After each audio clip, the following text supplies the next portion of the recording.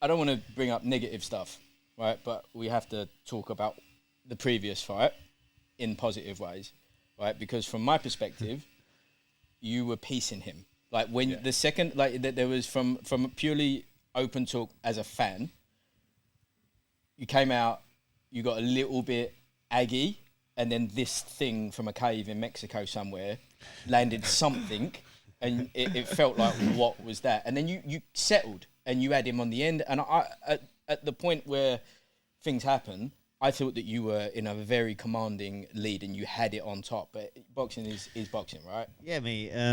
That's kind of what happened, you know. We always knew he's quite dangerous and reckless early, the first 3 rounds, you know. I think so many of his previous fights, 5 or 6 or whatever, the first 3 rounds, they're not gone out the first 3 or 4. So, you know, he likes to let his hands go. Yeah. He likes to put them together, especially if he lands something, he'll try to build off it straight away. So, yeah, the first 2 was a bit messy. And then I got into my groove, started doing what I practiced, sticking to the plan. Everything was going quite well. In fact, too well, because then I started landing my shots, setting up big shots, and then I started to go away from what built them big shots and started looking for just the big shots, and I was holding my feet a little too long, and I got caught, didn't I? got caught with a big shot. It happens. There's getting caught, but then there's getting caught. But he is that, right?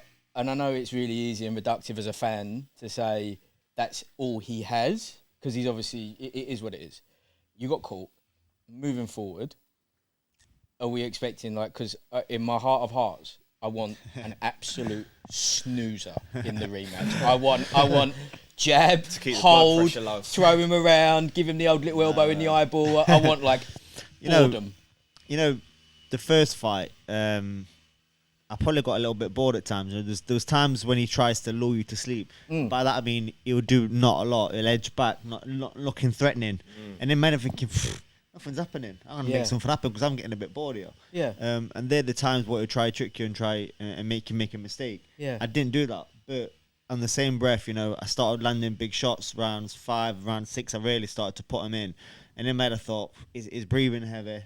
I've started to I'm gonna fall right. I'm gonna stay there a little bit more because I was fainting and moving out, making a miss, and I thought, you know what? Looking wicked. It's tiring, so I'm gonna stay there and put some big shots in myself. And in the same hand, in the same breath, you know, I stayed there too long and swapped shots with him. But you know, I've made a lot of adjustments to this fight. I know what I need to do. He knows he can't come out and bully me. No.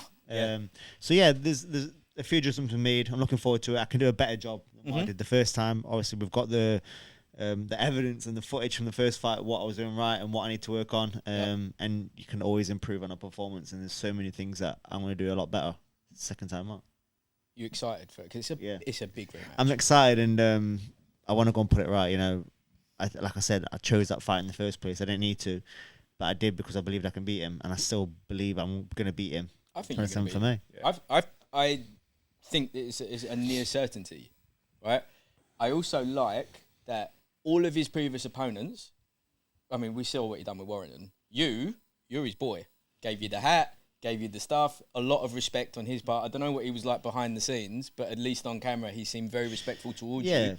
He was, Warrington fucking hates it, didn't he? No, he was very respectful. And even when we came face to face at the Joshua fight, you know, he came straight over and said, you know, I was a great champion, thanks for giving me the opportunity. And, you know, it's just boxing. It's nice to be like that. But at the same time, you know, I'm coming to take his head off and I'm coming to get my belt back. But we're respectful after, but you know, come to get it done, and I come to get done what I should have done the first time.